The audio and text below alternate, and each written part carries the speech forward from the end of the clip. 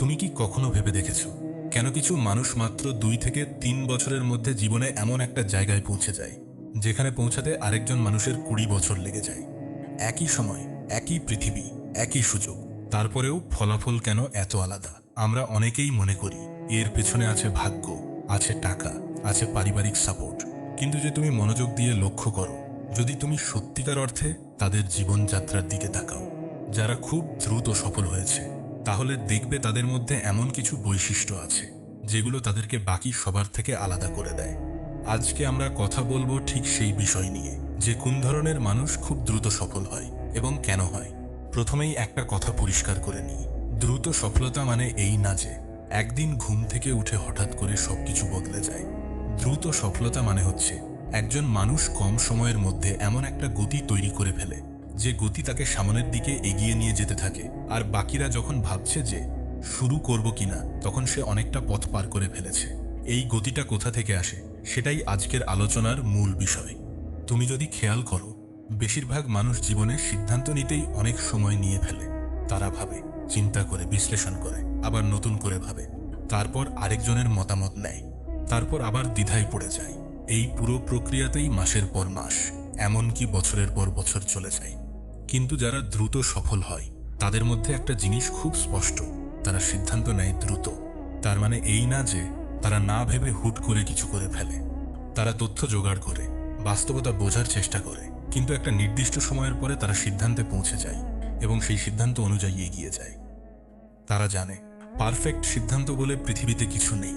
প্রতিটা সিদ্ধান্তেই ঝুঁকি থাকে, কিন্তু সিদ্ধান্ত না নেওয়ার ঝুঁকি সবচেয়ে বড় ঝুঁকি। তুমি যদি আজীবন ভাবতে থাকো যে কবে শুরু করব, তাহলে তোমার শুরু করাটাই কখনো হবে না। যে মানুষ দ্রুত সফল হয়, সে এই সত্যটা অনেক আগেই বুঝে ফেলে। দ্বিতীয় যে বিষয়টা আমি লক্ষ্য করেছি, সেটা হচ্ছে ফোকাসড। যারা দ্রুত সফল হয়, তারা একসাথে 10টা জিনিস নিয়ে দৌড়ায় না। আমাদের চারপাশে এমন অনেক মানুষ আছে যারা একই সময়ে 5টা স্কিল শিখতে চায়, 3টা ইনকাম সোর্স তৈরি করতে চায়, 4টা প্ল্যাটফর্মে একসাথে কাজ করতে চায়। ফলাফল কি হয়? শক্তি এবং সময় এত জায়গায় ভাগ হয়ে যায় যে কোনো একটা জায়গাতেও গভীরতা তৈরি হয় না। কিন্তু যে মানুষ দ্রুত সফল হয়, সে একটা জিনিস বেছে নেয় এবং সেই একটা জিনিসের পেছনে নিজের পুরো শক্তি ঢেলে দেয়। তার মাথায় স্পষ্ট থাকে, আমি এই মুহূর্তে ঠিক কোন একটা কাজে নিজের সবটুকু সময় বিনিয়োগ করছি। এই ফোকাসের কারণেই তার অগ্রগতি অনেক দ্রুত হয়। কারণ যেখানে অন্যরা নিজেদের শক্তি ভাগ করে ফেলে, সে তার পুরো শক্তি একটা বিন্দুতে কেন্দ্রীভূত করে ফেলে। মনে রেখো, লেজার লাইট এবং সাধারণ আলো একই শক্তির হতে পারে, কিন্তু লেজার লাইট লোহা কেটে ফেলতে পারে, কারণ তার শক্তি একটা বিন্দুতে কেন্দ্রীভূত। তোমার জীবনের ফোকাসও ঠিক এই লেজার লাইটের মতো হতে হবে। চতুর্থ বিষয়টা নিয়ে অনেকেই কথা বলতে চায় না, কারণ এটা শুনতে একটু কঠিন লাগে। সেটা হচ্ছে অস্বস্তিকে আপন করে নেওয়া। যারা দ্রুত সফল হয়, তারা আরামদায়ক পরিবেশ খোঁজে না, বরং তারা ইচ্ছাকৃতভাবে নিজেকে এমন পরিস্থিতিতে ফেলে যেখানে তাদের অস্বস্তি হয়, যেখানে তাদের নতুন কিছু শিখতে বাধ্য হতে হয়, যেখানে তাদের ভয়ের মুখোমুখি দাঁড়াতে হয়। বেশিরভাগ মানুষ যেটা এড়িয়ে চলে, একজন দ্রুত সফল হওয়া মানুষ ঠিক সেটার দিকেই এগিয়ে যায়। কঠিন কথোপকথন, নতুন মানুষের সামনে নিজের আইডিয়া উপস্থাপন করা, নিজের কমফোর্ট জোনের বাইরে গিয়ে নতুন কোনো দক্ষতা শেখা, এই সব কিছুই তাকে দ্রুত বড় হতে সাহায্য করে। কারণ মানুষ সবচেয়ে বেশি শেখে তখনই যখন সে অস্বস্তির মধ্যে থাকে। আরামের মধ্যে থেকে কখনো বড় কোনো পরিবর্তন আসে না। পঞ্চম বিষয় হচ্ছে সময়ের প্রতি তাদের দৃষ্টিভঙ্গি। যে মানুষ দ্রুত সফল হয়, তার কাছে সময় শুধু একটা সংখ্যা নয়, সময় হচ্ছে সবচেয়ে মূল্যবান সম্পদ। সে জানে একটা দিন চলে গেলে সেই দিন আর কখনো ফিরে আসবে না। তাই সে প্রতিটা দিনকে এমনভাবে ব্যবহার করার চেষ্টা করে যাতে দিন শেষে সে বলতে পারে, আজকের দিনটা আমি অর্থপূর্ণভাবে কাটিয়েছি। অন্যদিকে যারা ধীরে ধীরে সফল হয় বা যারা কখনোই সফল হতে পারে না, তারা সময়কে অসীম মনে করে। তারা ভাবে, আগামীকাল থেকে শুরু করব, সামনের মাস থেকে শুরু করব, নতুন বছর থেকে শুরু করব। কিন্তু এই আগামীকাল কখনোই আসে না, কারণ যখন আগামীকাল আসে, তখন সেটাও একটা আজকে পরিণত হয়ে যায় এবং আবার নতুন একটা আগামীকাল তৈরি হয়। এই চক্র থেকে বের হতে না পারলে সময়ের সাথে সাথে শুধু বয়স বাড়ে, কিন্তু জীবনে কোনো অগ্রগতি হয় না। ষষ্ঠ বিষয়টা হচ্ছে দায়িত্ব নেওয়ার মানসিকতা। যে মানুষ দ্রুত সফল হয়, সে নিজের জীবনের প্রতিটা ফলাফলের দায়িত্ব নিজে নেয়। সে পরিস্থিতিকে দোষ দেয় না, সে সরকারকে দোষ দেয় না, সে পরিবারকে দোষ দেয় না, সে ভাগ্যকে দোষ দেয় না, সে বলে আজ আমি যেখানে আছি তার পেছনে আমার নিজের সিদ্ধান্তের একটা বড় ভূমিকা আছে, এবং আগামীকাল আমি কোথায় থাকব সেটাও নির্ভর করছে আজকে আমি কি সিদ্ধান্ত নিচ্ছি তার উপরে। এই মানসিকতা তাকে একটা অসাধারণ শক্তি দেয়, কারণ যখন তুমি বুঝে যাও যে তোমার জীবনের নিয়ন্ত্রণ তোমার নিজের হাতে, তখন তুমি অভিযোগ করার বদলে সমাধান খোঁজা শুরু করো। অন্যদিকে যে মানুষ সবকিছুর জন্য বাইরের পরিস্থিতিকে দায়ী করে, সে কখনোই নিজের ভেতরে পরিবর্তন আনার চেষ্টা করে না, কারণ সে মনে করে সমস্যাটা তার নয়, সমস্যাটা বাইরে কোথাও। এবার আমি তোমাকে একটা ছোট্ট বাস্তবতার কথা বলি।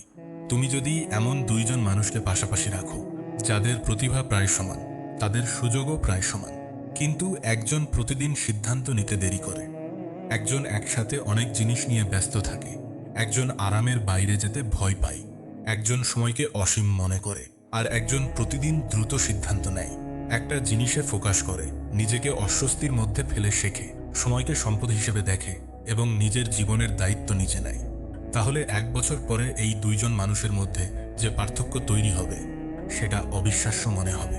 অথচ শুরুতে তাদের মধ্যে তেমন কোনো বড় পার্থক্য ছিল না। পার্থক্যটা তৈরি হয়েছে প্রতিদিনের ছোট ছোট সিদ্ধান্তে, প্রতিদিনের ছোট ছোট অভ্যাসে। এখন প্রশ্ন হচ্ছে, তুমি কিভাবে এই বৈশিষ্ট্যগুলো নিজের জীবনে নিয়ে আসবে? প্রথমত, সিদ্ধান্ত নেওয়ার গতি বাড়াও। নিজেকে একটা নিয়ম দাও, যে কোনো সিদ্ধান্তের জন্য তুমি একটা নির্দিষ্ট সময়সীমা ঠিক করে নাও এবং সেই সময়সীমার মধ্যে সিদ্ধান্তে পৌঁছাও। সবকিছু নিখুঁতভাবে জানার আশায় বসে থেকো না, কারণ পারফেক্ট তথ্য বলে কিছু নেই। দ্বিতীয়ত, তোমার জীবনে এই মুহূর্তে সবচেয়ে গুরুত্বপূর্ণ একটা জিনিস কি সেটা খুঁজে বের করো এবং সেই একটা জিনিসের প্রতি নিজের সর্বোচ্চ মনোযোগ দাও। বাকি সবকিছু সাময়িকভাবে পাশে রাখো। তৃতীয়ত, প্রতি সপ্তাহে নিজেকে অন্তত একবার এমন পরিস্থিতিতে ফেলো যেখানে তোমার অস্বস্তি হয়, কিন্তু সেই অস্বস্তি তোমাকে কিছু নতুন শেখাবে।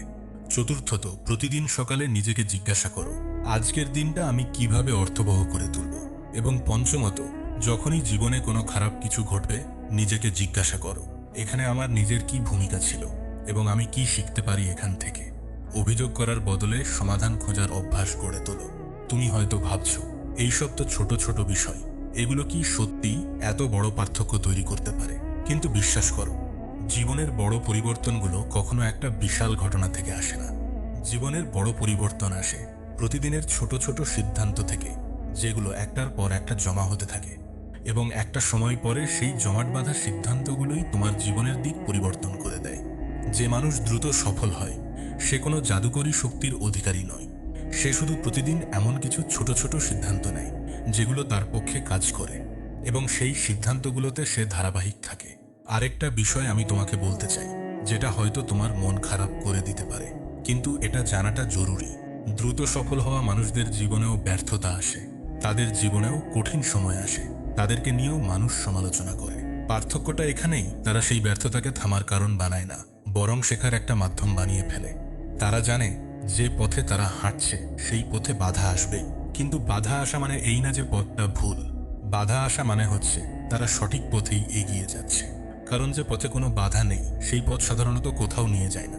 তুমি যদি সত্যি সত্যি জীবনে দ্রুত পরিবর্তন চাও, তাহলে আজ থেকেই এই 6টা বিষয়ের উপরে কাজ করা শুরু করো। সিদ্ধান্ত নেওয়ার গতি বাড়াও, একটা জিনিসে ফোকাস করো, অস্বস্তিকে আপন করে নাও, সময়কে সম্মান করো এবং নিজের জীবনের দায়িত্ব নিজে নাও।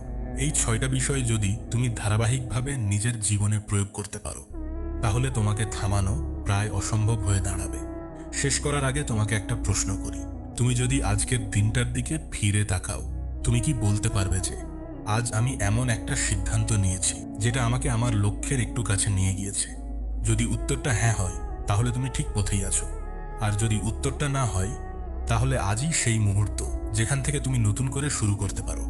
কারণ মনে রেখো, দ্রুত সফল হওয়া মানুষরা আলাদা কোনো জগৎ থেকে আসে না, তারাও তোমার আমার মতোই সাধারণ মানুষ।